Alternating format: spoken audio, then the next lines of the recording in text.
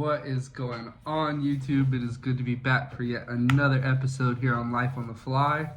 Bringing you something special today. Over the holidays, I had a special moment with my oldest son. I heard the words, "Dad, I want to go fly fishing." First things first, he's got to have a fly rod. So, I was planning to build him one, and I thought, why not bring y'all along on the adventure? I did the last rod build live here on the channel, but I wanted to do something that's a little more permanent, a little more personal. So I'm going to bring y'all along as I put together a rod. Here we go. You will begin by wrapping the base section of the rod with masking or electrical tape to create a snug fit within both diameters of the reel seat. Each reel seat is unique, so there will be no given diameters. Just wrap until you have a snug fit. You may need to adjust several times before finding the right fit. During a later step in the rod building process, we will use resin to create a more permanent bond between the rod and the reel seat. It is a good rule of thumb to check to ensure that your end cap fits without any gaps. I will also take this time to fit check the cork handle to ensure that all diameters are met and that the intended rod length is correct. The next step in the rod building process will be selecting guides. You will need to consider several things when choosing. The first of these things, and probably the most important, is how you intend to fish with this rod. The conclusion I've come to in my own experiences is that if I intend to fish with dry flies with this rod, I'm best to use snake guides, as they allow free movement of lighter weight line. If the rod is intended for streamer fishing, I would choose to use eyelets. They will allow for a smoother cast by gathering the line in a more uniform manner. The third and final option is a mix of both eyelet and snake guides. You may also choose to incorporate a hook keep in your rod build. Guide placement and spacing is determined by the rod blank manufacturer. However, feel free to experiment and find what works best for you. The next consideration to be made is conditions. During winter fishing, we often encounter below freezing temperatures. Extended exposure may cause ice to form on your guides. Snake guides are less susceptible to this issue. Once your blank has been marked for the correct guide spacing, it is time to begin the process of installing your guides.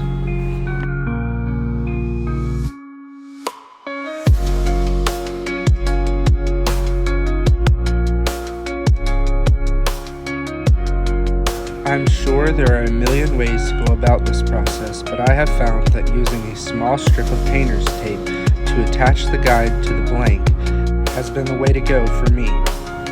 At this point, it would be a good idea to check to ensure that each guide lines up, as you will not be able to adjust much once the threads have been bound. Remember to routinely check to ensure that your guide has not moved. The painter's tape does a good job at a temporary hold, but will not keep your guide from moving entirely.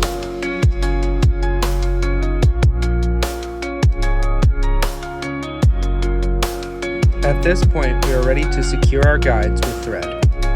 You will begin by creating a loop around the blank. Be sure to bring the thread towards the inside of your wrap. Try your best to ensure that this first loop is perpendicular with the rod blank, as this will set the stance for the rest of your wrap. Be sure to keep tension on the thread, as it will unspool if you do not. Once the desired placement has been achieved, use your incoming thread to cross over the loop and secure the thread in place. While maintaining tension, rotate the rod a quarter of a turn to allow the cinch to be complete. The remaining thread will be known as the tag end. We will need to loop this around the rod and tape it out of the way. This will shortly be trimmed off. I try my best to use the tape I have already used to secure the guide to secure my tag end, thus creating less residue on the rod. Make your final adjustments and begin wrapping the thread by rotating the rod.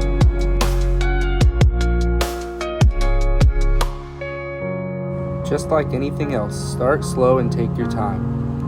As we all know in fly fishing, we have to mend our line quite often to get the fly into the the correct place. Just like that, we must mend the thread repeatedly to keep it in the right place. As we near the base of our guide, we are prepared to bring the thread up and over the post of the guide. It is important to note that during this process, your thread may move out of place. It is okay, as we will take a moment to correct this. At first, this step may seem challenging and can be frustrating. I've found that it's okay to bring your thread further to the right to allow it to leap over the post, and then bring it back to the left as we begin to wrap. Take a moment to watch as I demonstrate this process.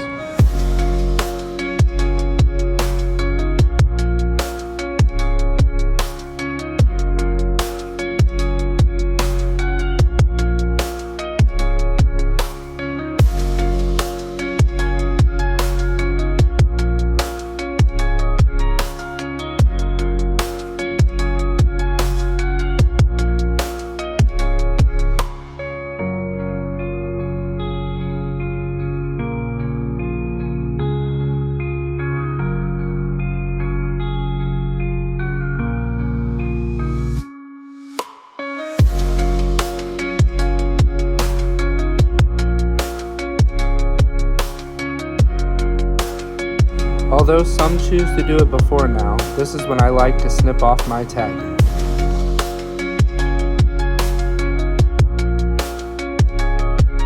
Be careful not to dislodge your guide when unwrapping the tape to free the tagging.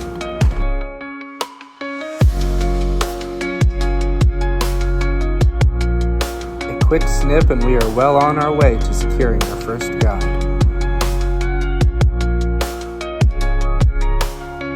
Now would be a good time to mend any issues that may have presented themselves in the thread.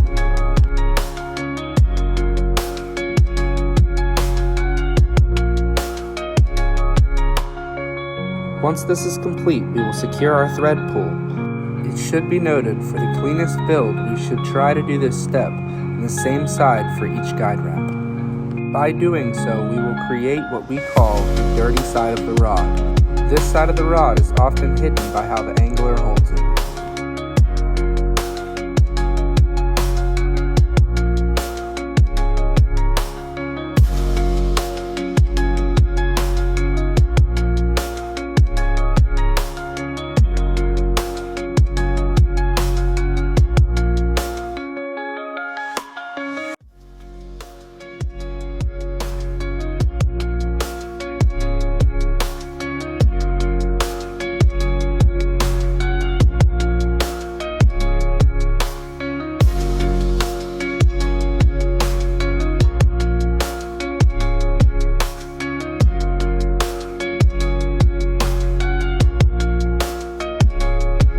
Once the desired wrap length has been met, we will begin the process of finishing it off.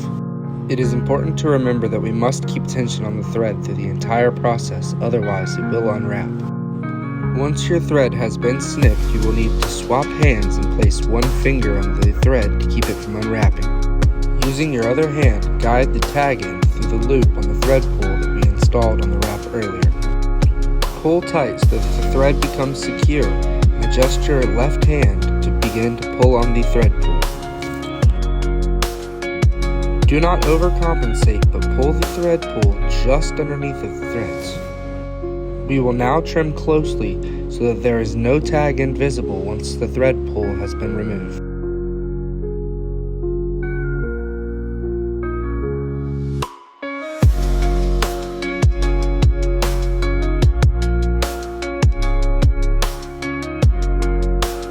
Congratulations, you have just completed your first thread wrap. Only 17 more to go. At this time, before continuing, visually inspect your wrap to ensure that all threads are laying evenly. Adjust only if necessary. It is a good rule of thumb to rotate the rod several times when adjusting. This will allow you to get the full picture of your wrap.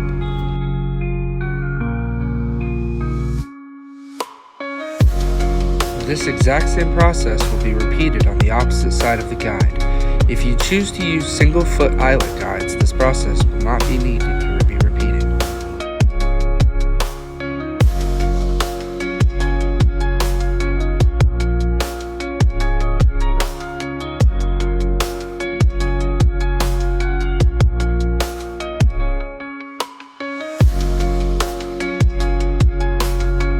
continue to duplicate this process for all guides required.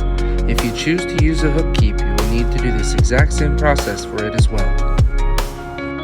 These are just basic wraps. You can get as creative as you would like, change thread colors, and do many more different designs. Begin with the fundamentals and enjoy exploring after that.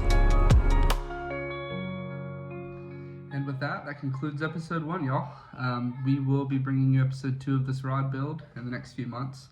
Just a little bit of background. My family and I are moving back to Greenville, South Carolina, a little closer to trout waters, so great for the channel.